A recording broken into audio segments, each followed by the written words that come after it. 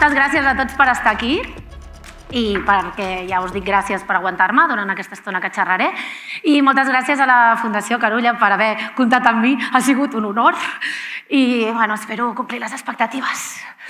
Bé, doncs jo... Aquí. Hola i benvinguts. Havia preparat la presentació i com que m'han presentat també, doncs ja no em presento i començo amb un vídeo.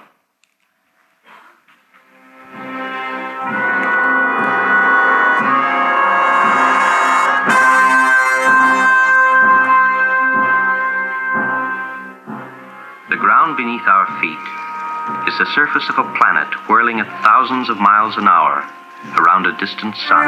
In the beginning, it is believed, Our life is possible only because of the light and warmth of that sun. an unimaginable concentration of elementary particles.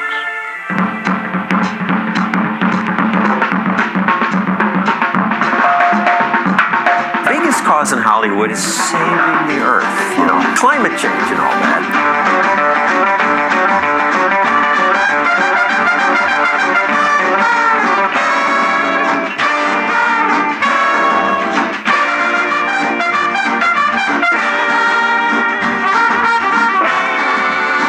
All of this with the global warming and that, a lot of it's a hoax. It's a hoax. I mean, it's a money-making industry. No! God, please, no!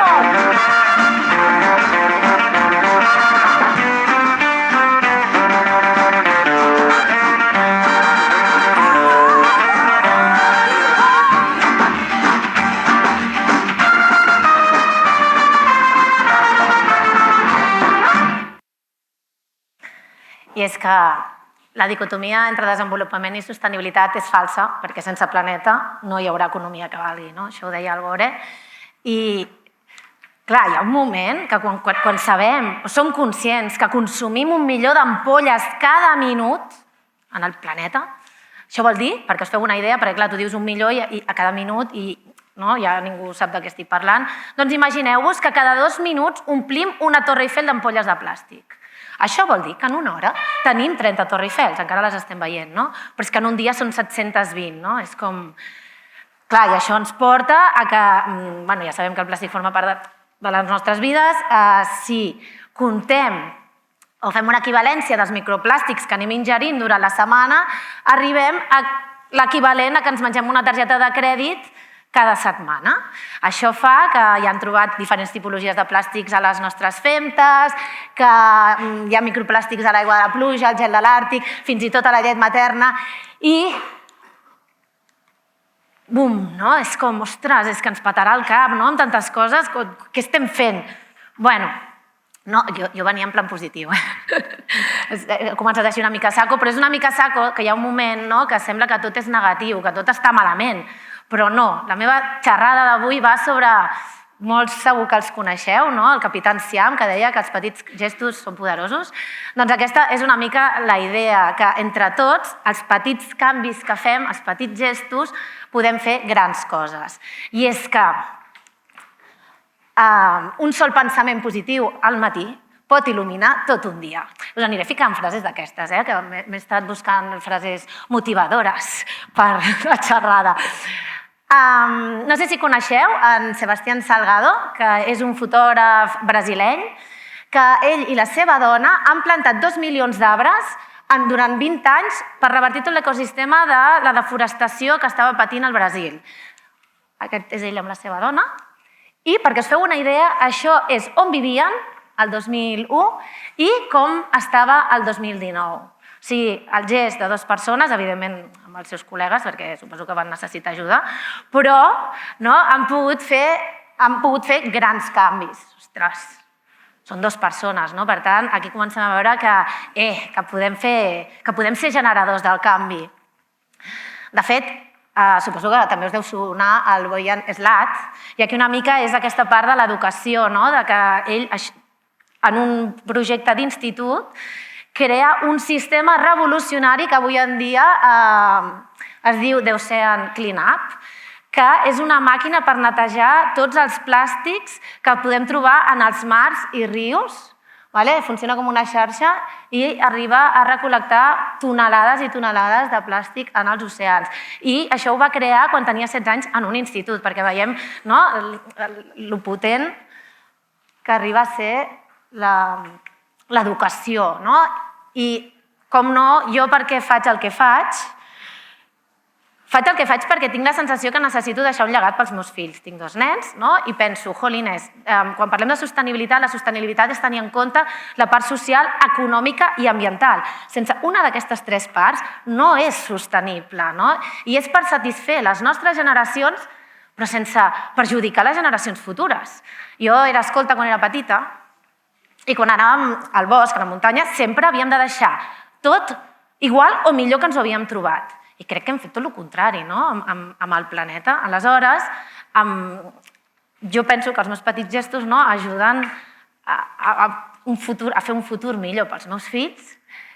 I m'agrada també veure que aquestes noves generacions del Fridays for Future, que venen després del moment de protesta de la Greta Thunberg en el 2018, que han sortit i han reivindicat poder fer i generar aquests canvis. Per tant, dintre de tot el caos d'aquestes notícies que estem veient, sempre hi ha petites persones que estan fent petits gestos que poden ser molt revolucionaris. I nosaltres aquí avui també. Aquí eren fotos que havia posat. I amb tot això jo volia començar parlant també de les crisis. Ens trobem en plena crisi, tot és crisi, i a vegades les crisis es poden veure molt fosques.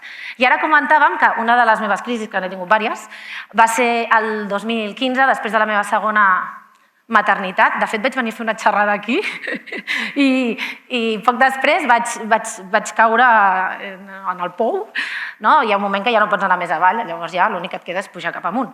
I em semblen meravelloses perquè penso que les crisis, en el fons, si li donem la volta, com tot, si ho mirem des del cantó positiu, en el fons són oportunitats i ens permeten generar canvis, transformar-nos.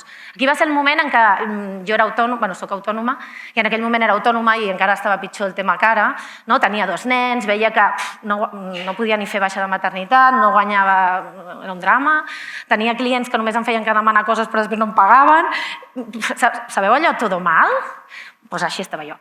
I va haver-hi un moment que vaig dir, escolta, un moment, és que no estic disfrutant, el diumenge ja no em ve de gust llevar-me perquè sigui dilluns, no? Què està passant?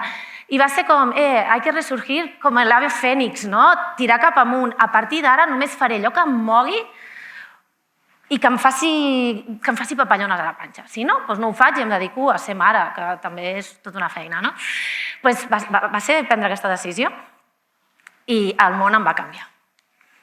Em va canviar i vaig començar, per exemple, amb un projecte que era amb en Jordi Pagès, que ell és un artista, i vam fer un llibre que es deia Abracadabra. De fet, vam estar durant 2 anys i per la pandèmia va quedar parat, perquè es deia Abracadabra vol dir mentre penso vaig creant. I llavors el llibre anàvem fent xerrades presentant-lo i cada cop l'anàvem transformant. Era un llibre que es convertia en exposició. Total, que ell estava agafant... Ell creava les seves obres a partir de poemes de calaix de sastre de poetes catalans. Hi havia un poema del Pons a l'Orde que es deia Fongs. I deia, estima't molt, estima't massa, només en sé el principi, estima't molt, estima't massa, ja no sé res més. Però la cosa és com una relació d'amor, sabeu, no? Que a vegades es complica i hi ha l'acte, però no saps si ve o no, massa intens. Pensava, uau, t'imagines que faig créixer fongs en el poema? I a més sabia que hi havia fongs que donaven tinta i aquí va ser com, imagina't que a més el fong té tinta i després puc imprimir el llibre amb això. A vegades se me'n va una mica així, però vaig trucar a una gent que es dedica a cultivar bolets i em van dir que estava com una cabra, que això no es podia fer, però que hi havia un experiment per fer amb alumnes, que aquí molts són mestres, que és que pots plantar gírgoles amb paper de vàter, perquè el paper de vàter té molta cel·lulosa, llavors les gírgoles poden créixer sobre matèria morta. I llavors, aquí sí que es podia fer, això era un experiment que s'havia fet a les escoles i això sí que era possible. Però plantar-ho en un poema em van dir que era impossible. I com que estava en aquest moment de resurgir de l'ave fènix, si algú em diu que no, jo ho faig que sí, i va ser, sí, s'ha de provar, perquè ells m'han dit que no, però... I sí, la goma es va inventar per error. va cultivant gírgoles sobre els poemes del Pons de l'Horta. I això és com un exemple que tot està per fer i tot és possible, que això ho deia en Miquel Martí i Pol. I una mica el meu mantra o la meva manera de fer tot el que faig sempre és a partir de, suposo que ja heu sentit el concepte del que és l'economia circular. El fet de que sempre estem acostumats a l'economia lineal, que és extraure els recursos del planeta, que en realitat són finits, per crear coses, per després tirar-les. De fet, hi ha unes dades que diuen que el 90% de les coses que hem comprat en els últims 6 mesos, aquí també inclou el menjar, ja les hem llançat. Hòstia, és un tant per cent bastant elevat, no? La clau està en pensar en tancar tots aquests bucles, no? Creem, utilitzem, però després reciclem i tornem a utilitzar, no? Utilitzem materials naturals, orgànics, que tornin a la terra, no? Que tornin a ser nutrients per la terra, els utilitzem i fem que tot sigui circular. Llavors el mantra és sempre que puguem reduïm, reutilitzem i l'última opció és la de reciclem. I això em porta amb aquesta idea de circularitat i d'aprofitar, d'intentar tancar tots els bucles, també ho intento aplicar a la meva feina, però la meva feina, que hi ha una part que potser és més artística i hi ha una part que és més comercial. Com per exemple d'un packaging de Slow Move. Slow Move és una cafeteria de cafè d'especialitat que està aquí a Gràcia, a Barcelona, i ells eren conscients que evidentment el cafè no es cultiva aquí, per tant ja tenia un impacte ambiental el fet de vendre aquest producte. I volien que tota la resta fos el més circular possible, justament per reduir la petjada. Aleshores, veient que ells, en l'espai on torren el cafè, tenen una petita cafeteria i fan cafè, ens vam adonar que el seu residu és el marro del cafè, que de fet el marro del cafè el podem utilitzar com a exfoliant, va molt bé, el podem utilitzar per netejar les canyeries, va molt bé també com a nutrients per les plantes, doncs també podem fer tinta. En aquest cas vam fer tinta de serigrafia. De fet, si voleu com experimentar, només barrejant amb aigua, amb goma aràbica, després fins i tot si voleu espassar, es pot espassar amb farina, i podeu jugar i no deixem de fer-ho amb una cosa que ja s'ha consumit, que és el cafè que ens hem pres, amb el que ha sobrat, podem fer aquestes tintes que van fer aquests packagings. Que de fet les bosses es descomposaven només entrant en contacte amb una bactèria i d'aquesta manera era un pack totalment circular. I anàvem canviant les il·lustracions, però clar, arriba un moment que comencen a vendre molt i hem de passar a fer grans tirades, si estàvem fent de 1.000 en 1.000, passem a fer-ne de 10.000 en 20.000, I jo pensava, però la gent no s'avorrirà sempre de veure el mateix disseny, perquè jo em canso sempre de veure el mateix, I pensava, de quina manera podem donar-li la volta? Primer canviem el foc, ja la gràcia de la tinta ja no ho tenim, Llavors, aquí va ser com, donem importància a l'origen del cafè, perquè a més ells expliquen la procedència, els agricultors, a quina altitud ha estat cultivat, expliquen moltes coses que són molt importants per als catadors de cafè. Jo no en sé gaire, sé que els seus estan molt bons. Però aleshores el que vam fer va ser fer que la bossa fos com la bola del món, com si fos un món, i per tant no té ni davant ni darrere, i el que fèiem era que l'etiqueta tingués una fletxa per anar-la canviant de lloc i així tenint la sensació sempre que el pack era com diferent. I ara direu, per què ens explica això, que no som dissenyadors? A part que la bossa és compostable i la pots compostar a casa teva i les tintes són de soja, us explico això perquè crec que amb qualsevol cosa que fem podem comunicar, podem explicar i podem fer una mica de pedagogia. Jo aquí el que vaig fer va ser afegir les 5 illes de plàstic que hi ha en els oceans com a part del mapa mundi, perquè hi són. Vaig buscar les extensions que tenia i les vaig ficar i llavors els hi vaig anomenar, si tot tenia països, aquí els hi vaig posar Plastic Island, vaig quedar tan ample. Però una mica per generar aquesta consciència, a la base vam explicar que aquestes bosses són compostables, però que s'han de tirar en el contenidor orgànic, però que com que tenen una bona resistència, que sisplau que la utilitzis més d'una vegada abans de tirar-la. És com, no cal que les coses que ens diguin que són d'un sol ús s'utilitzin una sola vegada. Utilitzem-les quan s'han trencat, no? Bé, aneu bé? Doncs ara, amb aquesta idea d'aprofitar els residus o coses que em trobo, i ara ja sí que estic començant amb els anys, jo crec que és allò que diuen que les coses et vas com acostumant, acabo de desenvolupar un toc, que és que tot el que veig que és com un residu, el meu cap ja comença a pensar com ho transformo. I el 2018 va ser després d'aquell moment de crisi que us he explicat amb en Jordi Pagès fent-lo dels bolets, no sé com, va arribar per casualitat una trobada amb el Museu de la Vida Rural, on vaig tenir l'oportunitat de ser comissària amb ells per fer una exposició que es deia Plàstic, genial o pervers, i arrel d'allà la següent exposició que ells van fer es deia Jugant amb foc. Ells treballen molt l'eix d'educació, sostenibilitat i art. O sigui, meravellós. Per mi és el millor museu del món, això ho havia de dir perquè sempre ho dic, però no estic fent la pilota, és perquè ho penso. Però llavors, a Jugar amb foc, ells necessitaven un dissenyador gràfic.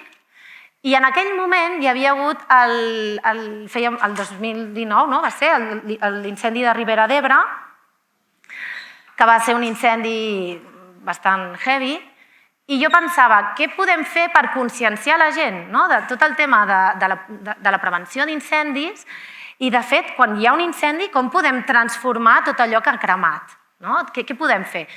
I just quan em van demanar de fer el disseny gràfic, que venia de fer l'exposició de plàstic, on em vaig adonar que hi ha plàstics que no es poden reciclar, com per exemple el vinil de tall, aquestes enganxines que trobem moltes vegades, que és que m'encanten, són moníssimes, les lletres tallades. Clar, això, per tallar aquesta lletra, tu tens un rotllo així, per tallar la lletra generem molt residu per deixar la lletra i a més és plàstic amb cola que ja no es torna a reciclar, no es recicla. Llavors pensava, home, si soc conscient, no puc utilitzar vinil a l'exposició de foc, no? Ostres, i què fem? Doncs agafar les restes de l'incendi, amb aquesta idea també de què podem fer amb les restes d'un incendi, i fem tinta. I pintem els textos de sala, els pintem a mà amb la tinta de les cendres. De fet, fins i tot vam ficar una peana, com si fos una peça més, que deia que tots els textos de la paret d'exposició, així com la pintura de la instal·lació Rebrotar de Núria Vila, ha estat realitzat a partir de pigments naturals procedents de les cendres i material orgànic cremat a l'incendi de Ribera d'Ebre 2019, que és un incendi que s'inicia en un dels pitjors escenaris ambientals i meteorològics que es recorden en el país, amb una sequera sostinguda, temperatures fins a 51 graus i ràfegues de vent favorables a la creació d'un gran incendi que es va cremar 5.000 hectàrees. He començat a xerrar i se m'ha oblidat. Us passo aquí uns fulls per si voleu veure com era la textura d'aquesta cendra en papers. I aprofito, perquè això us hauria d'haver passat abans i les coses del directe. Les bosses, això, si de cas faig com dos grups, i podem passar per un cantó i l'altre, que pugueu veure com és la tinta de cafè, que aquestes bosses ja us aviso que estan fetes des de fa 4 anys, vull dir, que funciona, que és veritat, que no m'ho invento. I aquí eren una mica els textos que la Sílvia Iruela, que està per aquí, i la Mireia Domènech, les vaig trucar, aviam si volien venir a fer unes colònies amb mi, no els hi vaig dir gaire per què, i després els vaig dir, les colònies es tracta d'anar al museu i pintar tot de lletres. Però va ser molt guai, perquè és com meditar, com qui se'n va de retir de ioga, doncs el mateix. I llavors el que fèiem era, perquè les parets no són llises, llavors anàvem deixant una mica els grumolls dels troncs, fins que vam arribar a la Sala Negra, on hi havia un fragment de la pel·lícula O que arde. Qui no l'ha vist, mireu-la, perquè és molt xula, però, clar, i ara jo què faig? Tinc una paret negra, tenia tinta negra, i ara com faig tinta blanca? I amb aquesta cosa de no voler utilitzar... O sigui, que jo només volia utilitzar residus. Per sort, faig moltes barbacoes amb els amics i llavors vaig guardar les cendres de les barbacoes i amb la cendra de les barbacoes, que té aquest to més gris, vam poder fer les lletres de la sala de fosca. També us dic que vaig fer una mica de trampes i en algun moment li vaig ficar una gota de blanc, però molt poquet, molt poquet.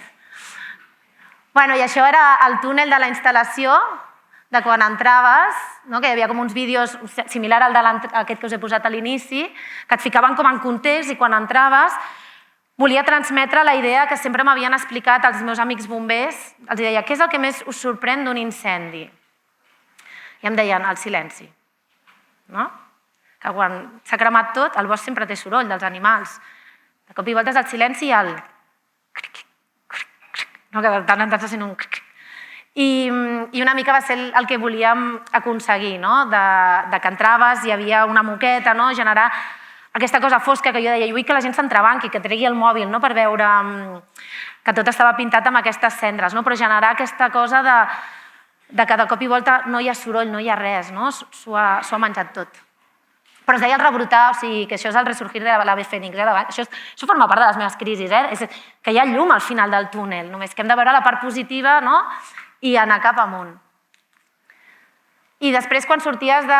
Això ho havia de dir, sorties del Núria Vila i hi havia un miró. Bueno, i amb això de buscar com transformar coses, com utilitzar, i sempre per generar un debat o... Sí, buscar que es pugui generar un debat i sobretot no generar residus o aprofitar els residus dels altres.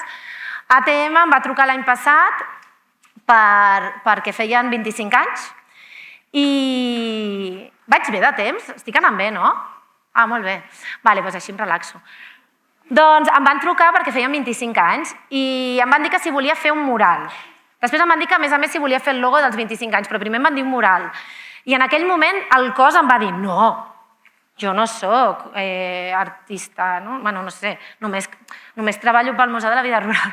Però pensava, un mural, no he pintat mai una paret, quin respecte. I vaig dir que no, però m'estava llegint un llibre de creativitat que hi havia un dels capítols que deia que quan el teu cos... O sigui, ara que s'entengui bé això que vaig a dir, que quan el teu cos diu un no, però diu no com el no de jo als clients aquests que era fatal tot, sinó no de por de sentir-te, és que estic sortint de la meva zona de confort, o és que me siento impostora, o saps? Un no perquè et fa por al fracàs, por a fer-ho malament, que llavors has de dir que sí.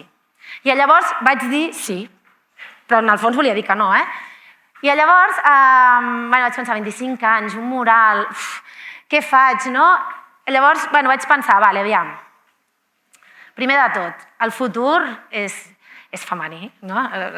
Són elles, i pensava, què és el que demanaria una nena, no? Sí que em vaig inspirar amb l'street art, en concret amb el Banksy, per generar una figura femenina, una nena, que mira cap al futur, perquè són les noves generacions les que vindran. I, com diu la cançó de Manel, demana un desig. Si cada cop que és l'aniversari d'algú, el primer que fem és demanar un desig. I llavors els vaig preguntar, quin desig demaneu? Un futur més sostenible, perquè a més tenia molt a veure amb el fet que és àrea metropolitana de transports i intentar que ja no... reduir cotxes per fer transport públic.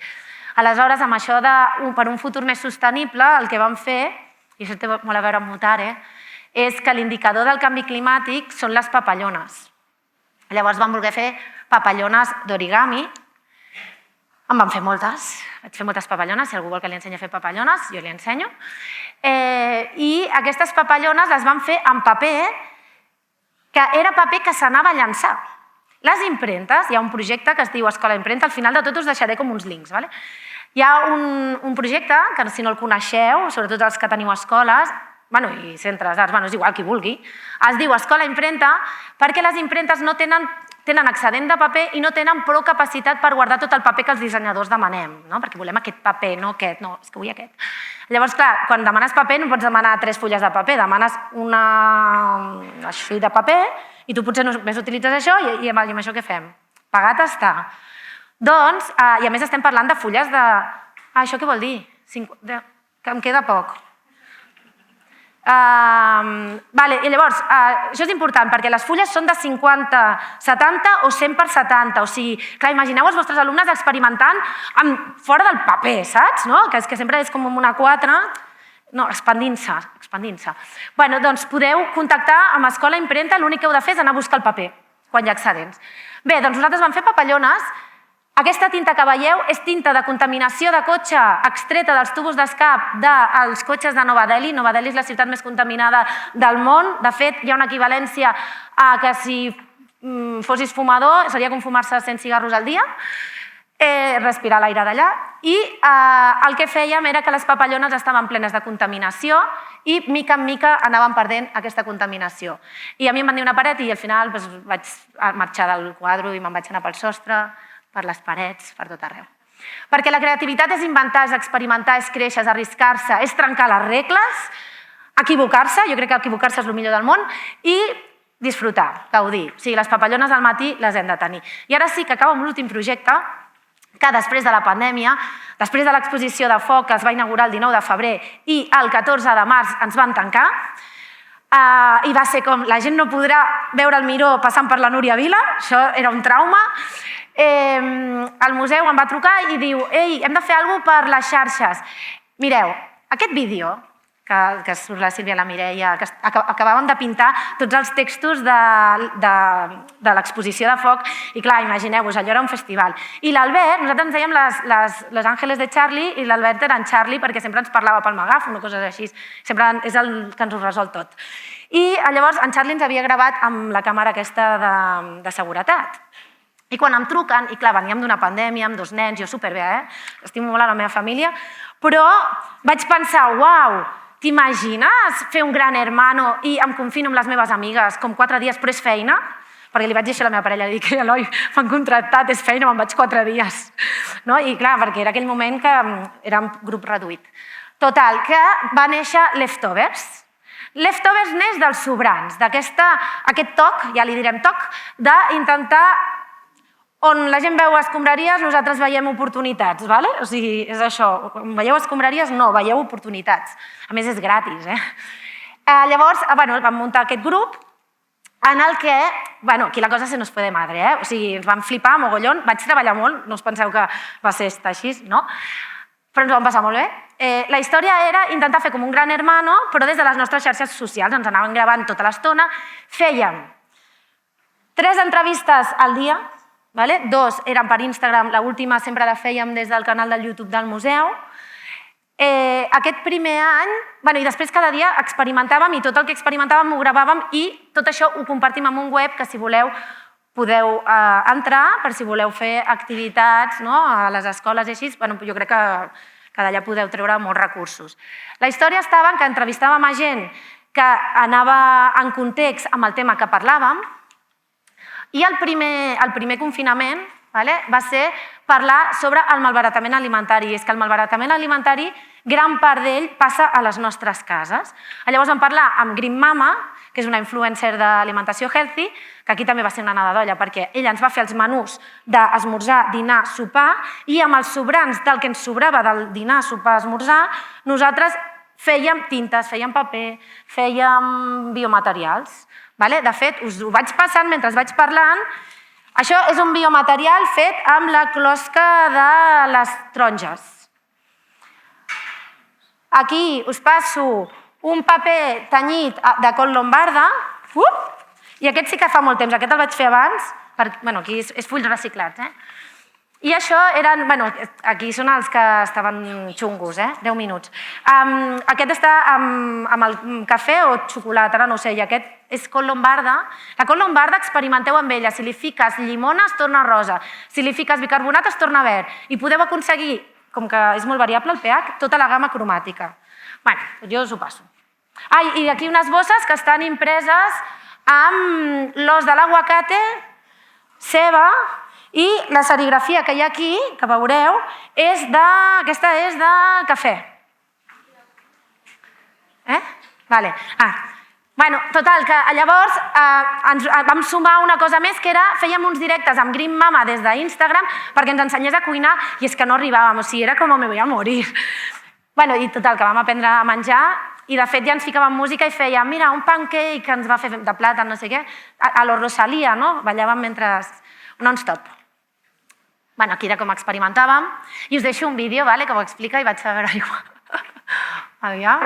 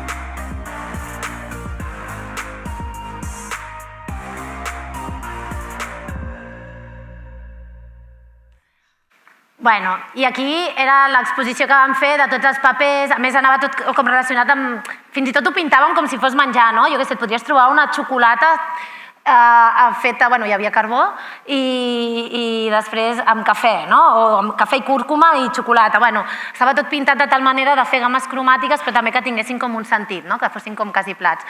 També dir-vos que si teniu sobre tèxtil, tot el que és origen... Els teixits d'origen vegetal tenyeixen menys que els d'origen animal. Però és guai, perquè llavors pot generar molts tons, com veieu en aquestes imatges d'aquí, del mateix tenyit, del mateix residu de menjar. Aquesta era la part dels biomaterials.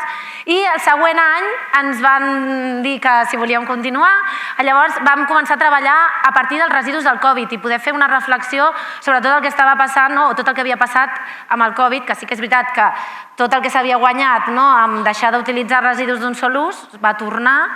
Sí que és veritat, totes les conseqüències que va tenir el Covid, però també ha tingut moltes conseqüències negatives pel planeta. Parlàvem que fins i tot s'havien arribat a uns 450% més de residus d'un sol ús. Per aquest motiu vam agafar, us deixo el vídeo que jo crec que visualment s'explica, on es veu com transformem les mascaretes. On agafem les mascaretes i les transformem.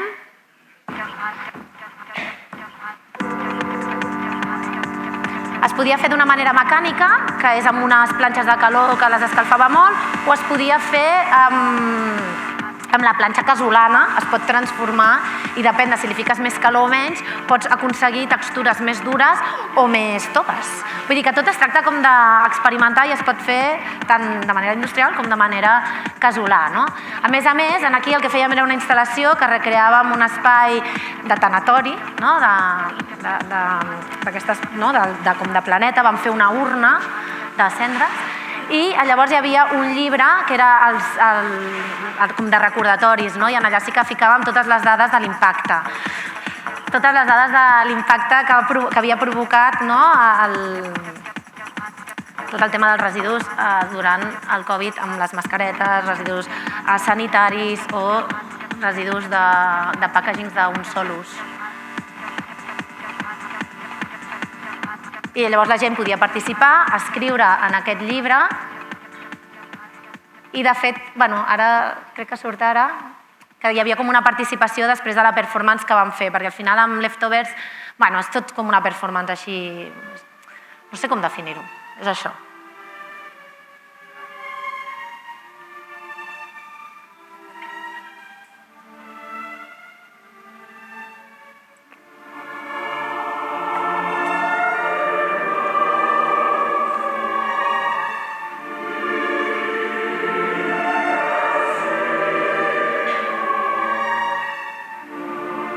I aquí ensenyem les espelmes segons, o sigui, hi havia una pregunta, no? En quin estat tu estàs? Si realment estàs positiu i que creus que hi ha futur, encén una espelma, demana un desig i la deixes encesa. Si creus que el futur, que no hi ha futur, no l'encenguis. Us haig de dir que va guanyar que sí, que hi ha futur.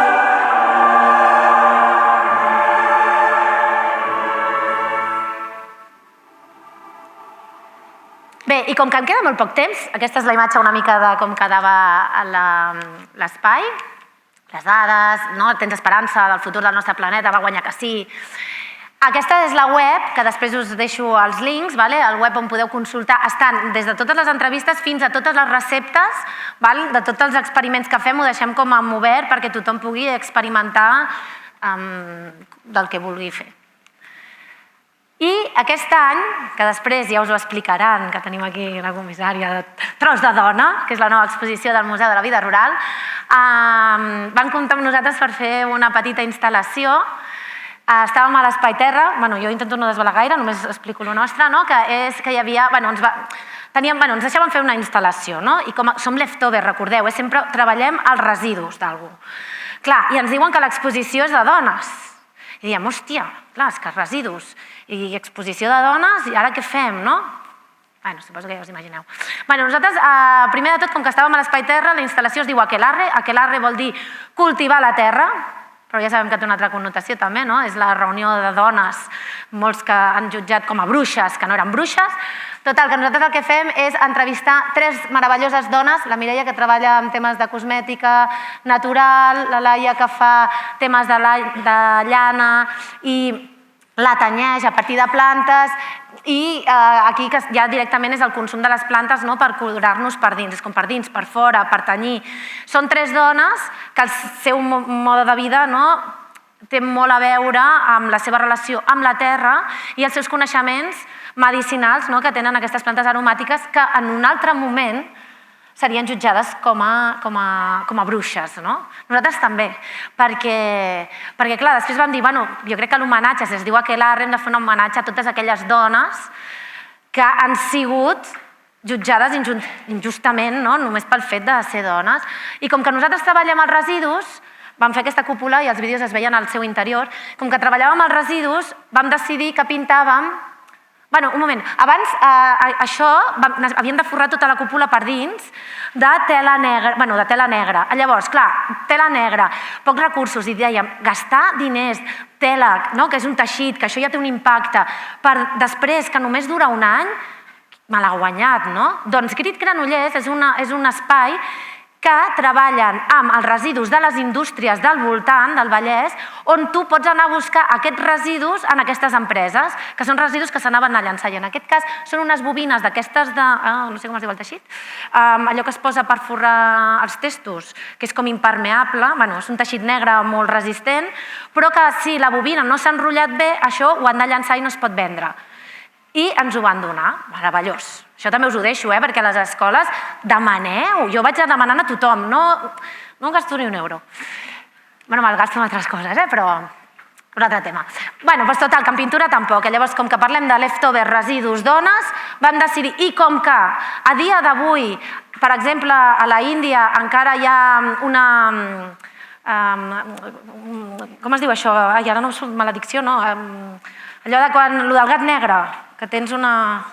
Superstició, molt bé, esteu atents, Doncs hi ha una superstició que diu que quan les dones tenen la regla no poden estar a la casa, han de buscar refugi fora, i, més d'una, doncs, s'ha mort congelada, Llavors nosaltres vam decidir treballar amb el nostre residu, que és el que ens diferencia, que és la nostra regla.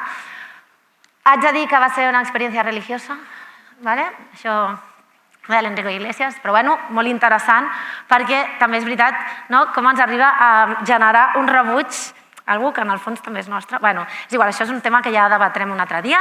Només era per explicar l'última aventura que hem fet, que la podeu veure en el Museu de la Vida Rural, que encara està allà la instal·lació, que això són les imatges de com pintàvem. I aquí us deixo els links, no sé si voleu fer una foto, si no us ho enviaran, on podeu, si voleu demanar papers, escola, impremta, si voleu qualsevol tipus de material, Grit Granollers, jo per molts projectes estic treballant amb residus d'altres empreses, i a leftovers.cat podreu trobar totes aquestes receptes de tenyir, de fer materials. I vull acabar dient que els petits canvis són poderosos, aquesta és la meva intenció, que crec que tots podem ser generadors del canvi. I abans de que marxeu, jo volia proposar-vos que us aixequeu, perquè veiem que sí que estem fent canvis i que podem fer xarxa i que en realitat és una cosa que es pot expandir. Quin és el teu petit gest? Crideu ben fort. Perquè el meu petit gest, ara per dir un, en tinc molts, però en diré un només, és, per exemple, m'agrada dutxar-me amb aigua calenta, però mentre s'escalfa l'aigua, tinc una galleda al costat que després la utilitzo per tirar l'aigua del vàter. Aviam, va. Reutilitzable de la compra. Molt bé, doncs passa-li a un altre. Doncs, Núria, moltes gràcies. moltes gràcies.